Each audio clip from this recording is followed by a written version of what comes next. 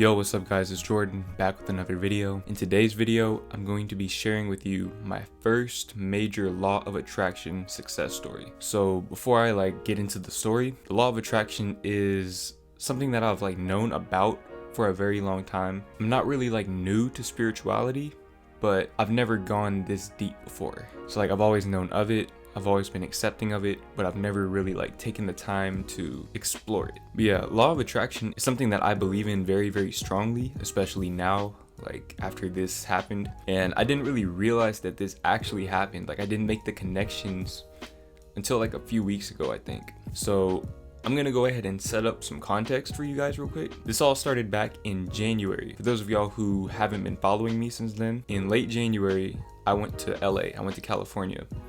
And I made a few videos, and they're still up there if you want to go watch them. But I went to California, and the reason why I went there, one, is because the plane tickets were cheap, and two, because I wanted to give myself a taste of what it would be like to be a full-time YouTuber, a full-time content creator. At the time, the types of videos that I was making, it's not that I couldn't make them in Dallas, which is where I live right now, but it's a lot harder. So it's for those types of videos, I felt like California was the place to be. So I really wanted to give myself a taste of that. So I stayed in California for 4 days, the 25th through the 29th. And I got a taste. I got a taste of being a full-time content creator. Now, by the time I went to Cali, I really didn't like the types of videos I was making. The public interviews and all that stuff. It really wasn't fun to me, and I was really questioning my content. And then when I went over there, I made a video where I went out and picked up girls and everything, and I used this mic that I spent $600 on, okay? It was this mic right here. I spent $600 on this mic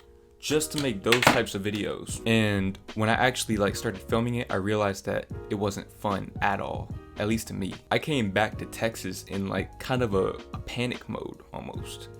I didn't know what type of content I wanted to make. Because of that, my passion for YouTube kind of started to die down a little bit, and that was a very, very scary feeling, because at the time I was working at H&M, and I was okay, I dropped out of school to be a YouTuber, and now I'm not sure if I want to do YouTube anymore. So I'm sure you can kind of understand, I was very, very scared. And then on top of that, even if I did making the types of videos that I was making, all of those videos require me to have friends help me out with the videos. And I didn't have a video idea that I could just do by myself, except for the Tinder videos. And I didn't like filming those at all. The only reason why I ever did Tinder videos is because subscribers liked them, and because I could do it by myself. But I really didn't like making those. But anyways, I got back to Texas, and I went back to my job, H&M. And even though I was questioning YouTube, I started to really despise working at H&M. And the thing is I knew in my mind that I was in a pretty good situation. H&M pays a lot, the job isn't really that hard, and I got a lot of my friends to work there with me. So it was chill, but at the same time, I really started to feel this heavy darkness every time I would go there. I tried to explain that to my friends that worked there with me, but they just didn't really understand. And at first I thought I was being lazy, but looking back on it, now I know that was my intuition telling me to quit. And the more I ignored it, the stronger the feeling got. And basically I got to the point where I was depressed again. The last time I felt like that was when I was in school. And then on top of that, I started having beef with managers and stuff like that, and I'm not a very problematic person. I don't really attract drama into my life. So once that started happening, I was okay, I need to get up out of here. So I put in my 2 weeks notice. But now we're gonna take it back a little bit. And I know I'm all over the place. I'm not really telling you the story in chronological order. I'm telling you more in order of importance. Like I said, I wasn't enjoying my time there. And I remember one day I was on the register. Okay. And it was a very slow day. If you work retail, then you know that after New Year's, things start to slow down. So this was February. It was very, very slow that day.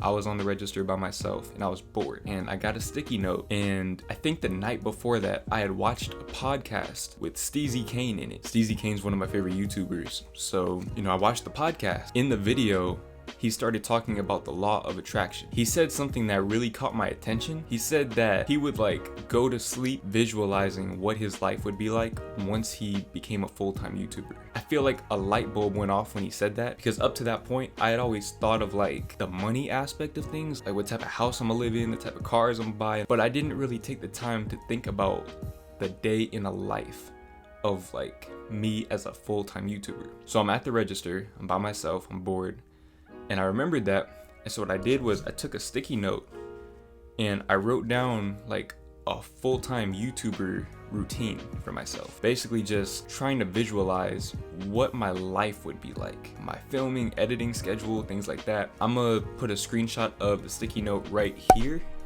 So I wrote that and I put it in my pocket. That was in February, probably early February. And for some reason, every time I thought about throwing away, something would just tell me like, you know, just keep it, just keep it. Now we're gonna go back to when I put in my 2 weeks notice, when I quit my job. So when I quit my job, at the time, I didn't really know what type of videos I was gonna make. Like I didn't really have a plan. I just kind of had a gut feeling and that was it. Kind of like when I dropped out of school. I felt like that's what I needed to do. Work, like school, was holding me back from my dreams. Now, all of a sudden, right after I quit my job, I started getting like ideas, just new ideas for videos that I could film by myself. Like I started to get into writing a lot, all types of inspiration, and I kind of started to go through like a spiritual awakening at the same time. If you really pay attention to my poems, like the things that I'm saying, you can really kind of see like the process of it.